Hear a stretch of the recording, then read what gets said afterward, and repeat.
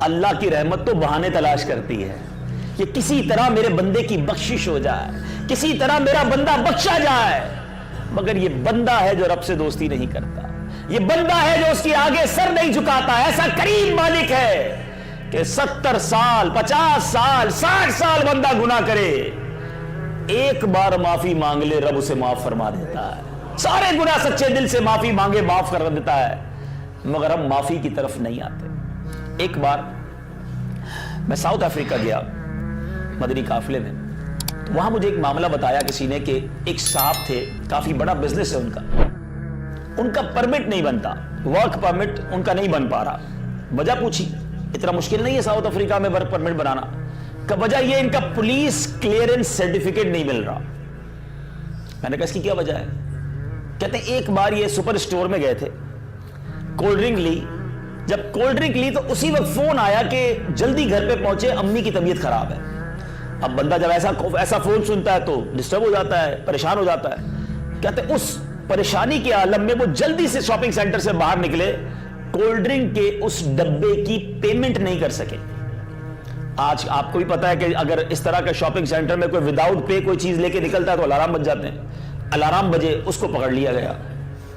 اس نے کہا بھائی میں نے چوری نہیں کی, میری ماں کی طبیعت خراب ہے اور ایک کولڈ ڈرنک کا ڈبہ میں پیمنٹ نہیں, اب پیسے لے لو. کہہ رہے اب پیسے نہیں, اب پولیس کے حوالے. پولیس میں بھیجا گیا, 200 رینڈ فائن لگایا گیا. 200 رینڈ پاکستانی 1500 روپے بنتے ہیں, آپ کے یہاں تو شاید 100 روپے بنیں گے, ٹھیک ہے نا, $100 بنیں گے. اب 1500 روپے کا صرف فائن تھا, لیکن جب بھی اس کا ورک پرمٹ بنانے کے لیے دیا جاتا ہے اس کے ریکارڈ میں یہ لکھا آتا ہے کہ اس بندے نے ایک بار چوری کی ہے. میں جب یہ سن رہا تھا نا, مجھے میرے رب کی رحمت یاد آئی کہ آج دنیا کی عدالت, دنیا کا تھانہ ہمارا ایک جرم ریکارڈ کر لے, اب جب بھی رپورٹ منگواؤ تو وہ جرم لکھا ہوا آتا ہے. میرے مالک کی رحمت تو دیکھو یار, بندے نے گناہ کر کر کے نامہ اعمال بھر دیا, گناہ کر کر کے کالا کر دیا نامہ اعمال. ایک بار سچے دل سے رب سے معافی مانگ لے, سچی توبہ کر لے, وہ رب کریم اس کے سارے گناہ معاف کر دیتا ہے. ہے کوئی ایسا کریم؟ ہے میرے بیچ اسلائی بھائی, سوچو کیسا کریم مالک. حضرت عمر فاروق رضی اللہ تعالیٰ ایک بار کہیں جا رہے تھے, راستے میں ایک بندہ ملا, ہاتھ میں شراب کی بوتل. حضرت عمر کا جلال امیر المومنین ہے, آپ کے جلال اور آپ کی روب کا عالم یہ ہے کہ احادیث میں یہ مفہوم ملتا ہے کہ عمر جس گلی سے گزر جائے اس گلی سے شیطان نہیں گزرتا. یہ مرتبہ آپ کا. اب آپ گزرے تو ایک بندہ رہا ہاتھ میں بوتل شراب کے لیے کھڑا ہے. حضرت عمر نے کہا کیا ہے یہ؟ وہ بندہ ڈر گیا, آج تو گئے. کہتا ہے اس میں سرکہ ہے. حضرت عمر نے کہا مجھے دکھاؤ. ریڈ ہینڈ, رنگے ہاتھوں گرفتاری تھی. اس شخص نے کیا کیا ذرا غور سے سنیں, کتابوں میں لکھا اس شرابی نے. اب ذرا سوچئے نا کتنی دیر کا وقفہ ہوگا. ایک بندے کے سامنے کوئی کھڑا ہے اور کہتا ہے بتاؤ اس میں کیا ہے, بوتل نکال کر دینے میں ٹائم کتنا لگتا ہے, سرکہ تو کہہ دیا, جھوٹ بولا تھا. اب اللہ کی بارگاہ میں دل ہی دل میں کہتا ہے مولا آج عمر سے بچا لے, آج کی ذلت سے بچا لے, تجھ سے وعدہ کرتا ہوں آج کے بعد شراب نہیں پیوں گا. سچے دل سے پکارا. کتابوں میں لکھا ہے اس شرابی نے وہ بوتل آگے کی تو اللہ کی رحمت سے وہ سرکہ بن چکا تھا. ارے عیبوں کو چھپانے والا ہے میرا رب, وہ ستار ہے. ہم ہی ہیں جو اپنے عیب کھول کھول کے لوگوں کو بتا رہے ہوتے ہیں. مالک کی رحمت نہیں چاہتی کہ ہمارے عیب لوگوں کو پتا چلے. دوستی تو کر لو اس سے, کر لو اس سے دوستی, مانگ لو اس سے معافی. دنیا میں کوئی ایسا نہیں ہے جو ایک بار 2 بار 4 بار کسی کی نافرمانی کرو. ارے ماں باپ گھر سے نکال دیتے ہیں, مگر وہ کریم ہے کہ عمر گزار دی ہم نے, اب تو بال بھی سفید ہو گئے.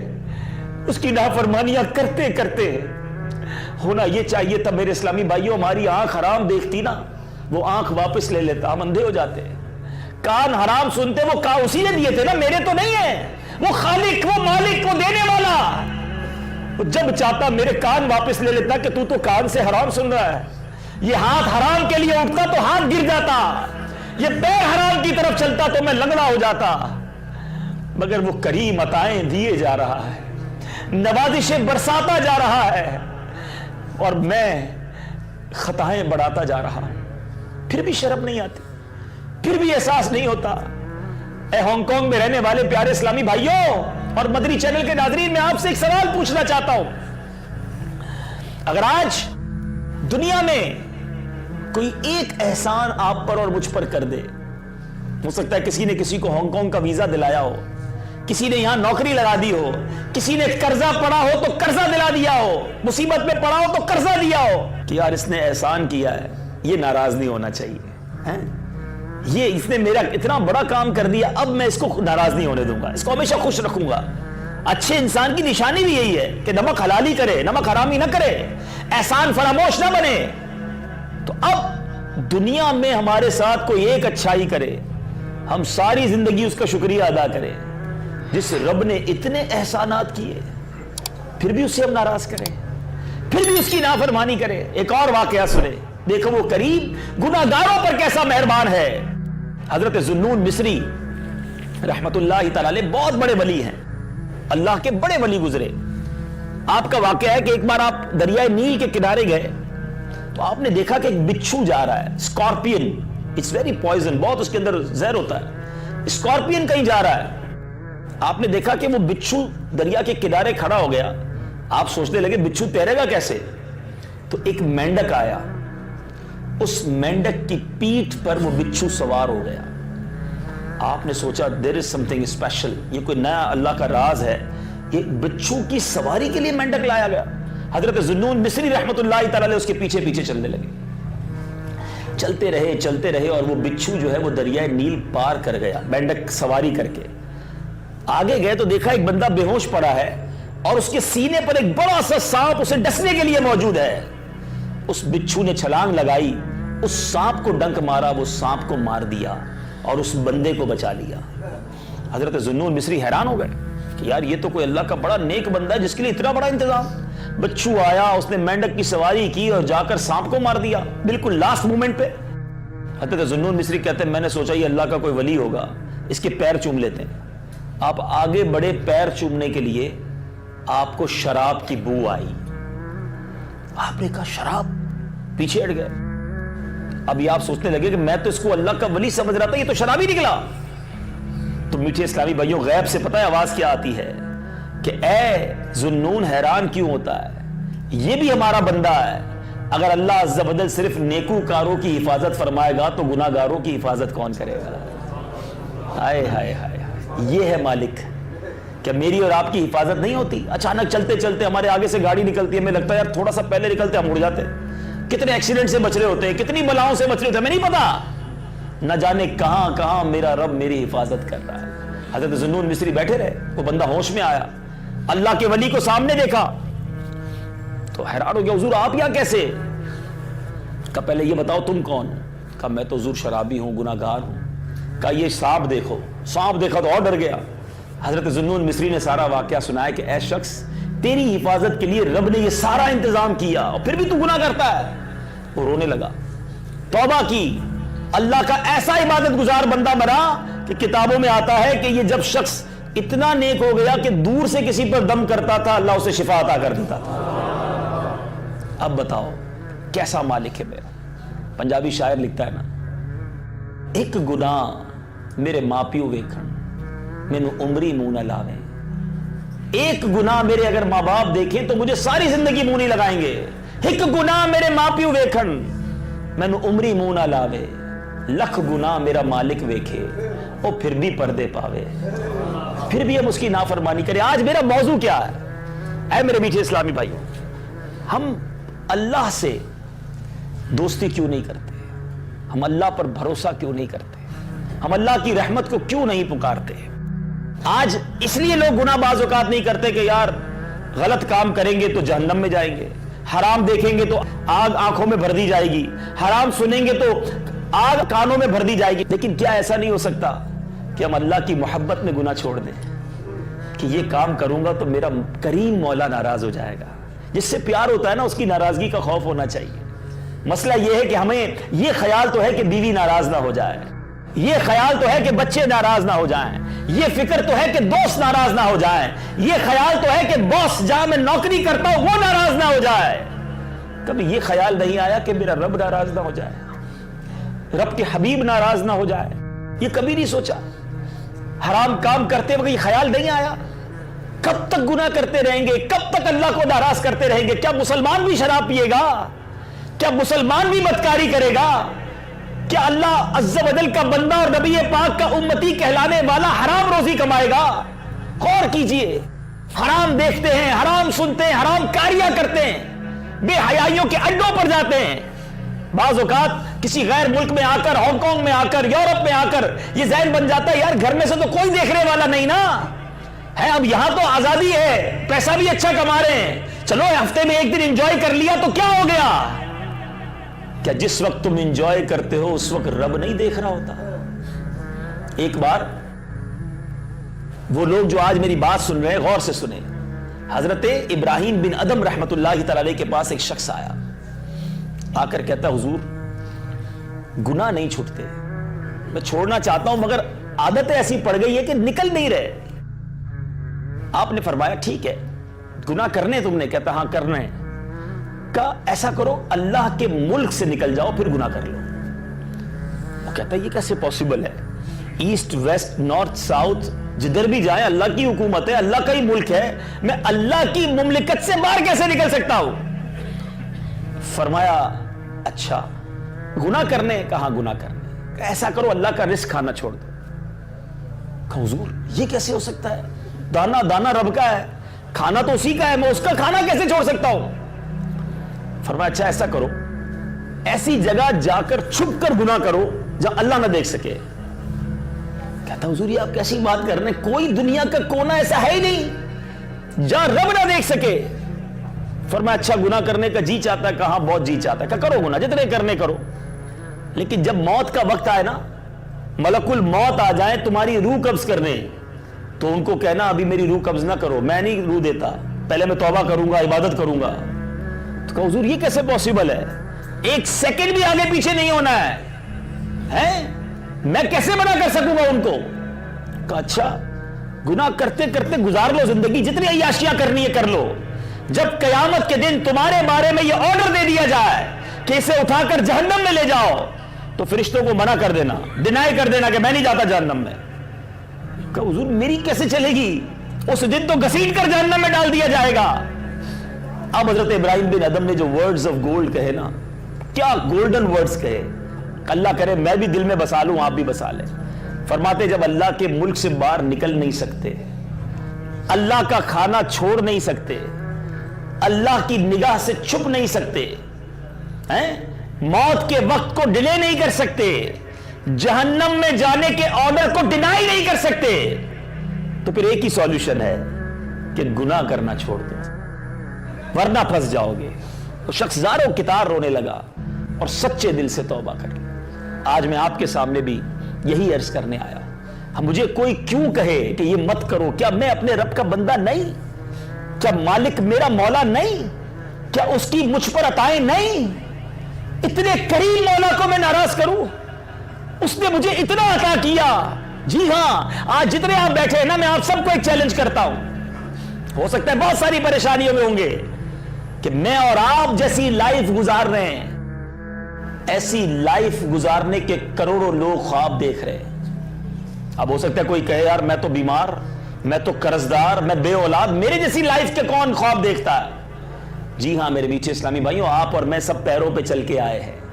کچھ ایسے ہیں جو ہاسپٹل کے بستر پر پڑے ہوئے ہیں، نالیاں لگی ہوئی ہیں، میں نے اور آپ نے ہاتھ سے کھانا کھایا دوپہر کا، کئی ایسے جنہیں نالیوں کے ذریعے کھلایا جاتا ہے، جو اپنی حاجتوں کو بھی واش روم جا کے خود پوری نہیں کر سکتے، وہ بھی نالیوں کے ذریعے، اور پتہ نہیں بیچاروں کو کس ذریعے سے اسے نجات دلائی جاتی ہے۔ کتنے پرابلمز ہیں لوگوں کو۔ اب یہاں سے جا کر میں نے اور آپ نے رات کا کھانا کھانا ہے، ارینجمنٹ ہو جائے گا، لیکن آج رات کئی مسلمان دنیا میں ایسے ہوں گے جو بھوکے سوئیں گے۔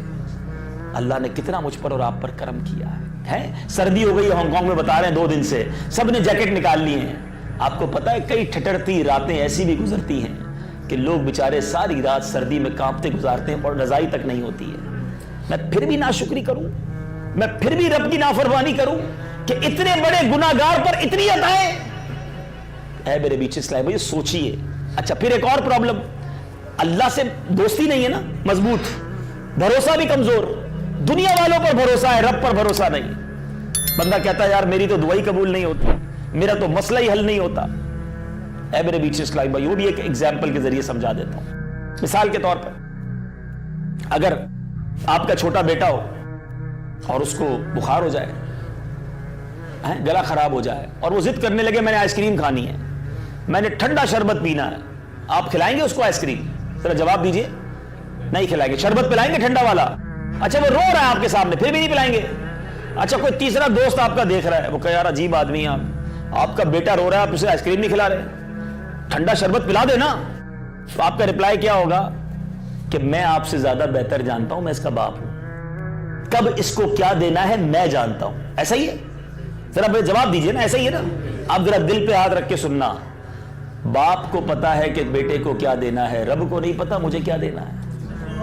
میں رو رہا ہوں, میں گڑگڑا رہا ہوں, 15 سال سے دعا کر رہا ہوں, نہیں مل رہا.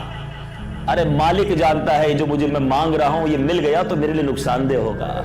اللہ پر بھروسہ کرنا سیکھو, رب کے فیصلوں پر یقین کرنا سیکھو. کسی کام کو اگر نہیں ہوا میں چاہتا ہوں تو بھی کوئی بات نہیں, میرے رب کی رضا ہے, میں اس میں راضی ہوں. پنجابی شاعر لکھتے ہیں نا, جے سونا میرے دکھ وچ راضی, جے سونا میرے دکھ وچ راضی, میں سکھ نو چن لے پاواں. مجھے کیا کرنا ہے سکھ کو اگر میرا رب میرے دکھ, یہ مجھے لگ رہا ہے دکھ ہے, کیونکہ قرآن کہتا ہے جس کا مضمون ہے کہ تم بعض اوقات کسی چیز کو اچھا جانتے ہو, اللہ جانتا ہے وہ تمہارے لیے اچھی نہیں ہوتی. ہمیں اللہ کے فیصلوں پر یقین رکھنا ہے, اللہ پر بھروسہ رکھنا ہے, پھر دیکھیں زندگی کا مزہ کیا ہوگا. ہر کام میں آپ کا اطمینان ہو جائے گا, ہو گیا پھر بھی خوش ہو جاؤ گے, نہیں ہوا پھر بھی مطمئن ہوگے کہ اللہ نے نہیں کیا اسی میں کوئی بہتری ہوگی. میری ماں میرے لیے غلط فیصلہ نہیں کرے گی, رب تو 70 ماہ سے زیادہ چاہنے والا ہے نا. بھروسہ کرنا سیکھو. ایک بار میں تنزانیہ میں تھا تو ایک بزنس مین مجھے اپنے کسی پروجیکٹ پہ دعا کروانے لے جا رہے تھے. ہم گئے تو راستہ بند ہو گیا, پل کراس کرنے کی بڑی کوشش کی لیکن نہیں ہو سکا. اچھا بڑے محبت سے انہوں نے کہا تھا کہ آپ وہاں چلیں, ہم واپس آ گئے. جب واپس آئے تو میں نے تھوڑا سا ہمدردی کی کہ کوئی بات نہیں, پھر کبھی انشاءاللہ آپ گھبرائیں نہیں. اس بندے نے کمال بات کی, یقین کریں میں بھولتا نہیں, حالانکہ وہ بزنس مین تھا. کہتا مجھے کوئی غم نہیں ہے, میرا زندگی میں جب کوئی کام ہوتا ہے نا میں ایک بار اللہ کا شکر ادا کرتا ہوں, اور نہیں ہوتا تو میں 2 بار اللہ کا شکر ادا کرتا ہوں. میں حیران ہو گیا, میں نے کہا یہ کیا بات کی آپ نے؟ کہتے نہیں ہوا تو اللہ نے نہیں کروایا نا, اسی میں بہتری تھی. مزے کو مزہ آ گیا نا اس کی اس بات میں, ایسی ٹھار, وہ کہتے تھوڑی پنجابی وچ دل وچ ٹھار پہ گئی کہ یار کیا بات کی اس نے, یار کتنا اچھا انداز ہے پوزیٹو سوچنے کا کہ اگر میری یہ کام نہیں ہوا, میری یہ بزنس ڈیل نہیں ہوئی, میرا یہ معاملہ نہیں ہوا تو اب بس اللہ کی مرضی. اب بعض اوقات ہم کیا کرتے ہیں, آج ہم ایک جگہ بیٹھے تھے, یار یہ والا پلاٹ میں نے مس کر دیا, یہ والی ڈیل میں نے مس کر دی. ہر بزنس میں یہی باتیں کر رہا تھا, بڑا اچھا موقع ملا تھا, میں یہ جگہ نہیں لے سکا, آج کروڑوں کی ہو گئی. وہ اللہ کے بندے جو لیے وہ بھی تو کروڑوں کی ہو گئی, اس پر تو شکر ادا کرو. آج اللہ نے جہاں پہنچایا پہلے وہاں تھے, اس پر شکر نہیں ہے, جو نہیں ملا اس پر ناشکری, اس پر شکوہ یہ نہ کریں. اللہ کے فیصلوں پر اطمینان رکھیں, جو میرے نصیب میں ہے وہ مل کر رہے گا, جو نصیب میں نہیں وہ کوئی نہیں دے سکتا. یاد رکھیں, جس دن آپ نے یہ سوچنا شروع کر دیا نا, آپ کی بڑی پوزیٹو تھنکنگ ہو جائے گی, آپ بڑے پرسکون ہو جائیں گے. پرابلم پتہ ہے کیا ہے, ہمیں پرابلم کیوں ہوتی ہے, ہم نعمتوں میں اپنے سے آگے والے کو دیکھ رہے ہوتے ہیں. ہاں یار میں ہانگ کانگ تو پہنچ گیا, ایک گھر تو بنا لیا, لیکن یار اس کے تو 4 گھر ہیں. جب آپ 4 گھر بنا لیں گے تو آپ کو لگے گا یار اس کی تو فیکٹری بھی ہے, فیکٹری بنا لی تو اس کے پاس تو فلاں والی گاڑی بھی ہے, یہ بھی کر لیا تو جناب وہ تو وہاں پہنچ گیا, اس ملک میں بھی بزنس کر لیا ہے. یہ دوڑ کبھی ختم نہیں ہوگی, مر جاؤ گے لیکن یہ پیسے کی دوڑ ختم نہیں ہوگی. آسان یہ ہے, علماء کہتے ہیں نعمتوں میں اپنے سے نیچے والے کو دیکھو. جب آپ اپنے سے غریب, فقیر, پریشان کو دیکھو گے, آپ کہو گے یا اللہ تیری بڑی مہربانی. محبت کرو اپنے رب سے, اللہ کے فیصلوں پر یقین رکھے. ایک بار ایک شخص روڈ پہ, ایک بزرگ کے بارے میں آتا, روڈ پہ جا رہے تھے, اور جب روڈ پہ جا رہے تھے تو جوتے نہیں تھے پیر میں. کمپلین, بہت ساروں کے ذہن ہوتا ہے کمپلیننگ کا, always complaining. کہتے یا اللہ I have no shoes in my feet, اللہ میرے پیر میں جوتے ہی نہیں ہیں. اس کے برابر سے کوئی شخص گزرا, he have no foot, اس کے پیر ہی نہیں تھے.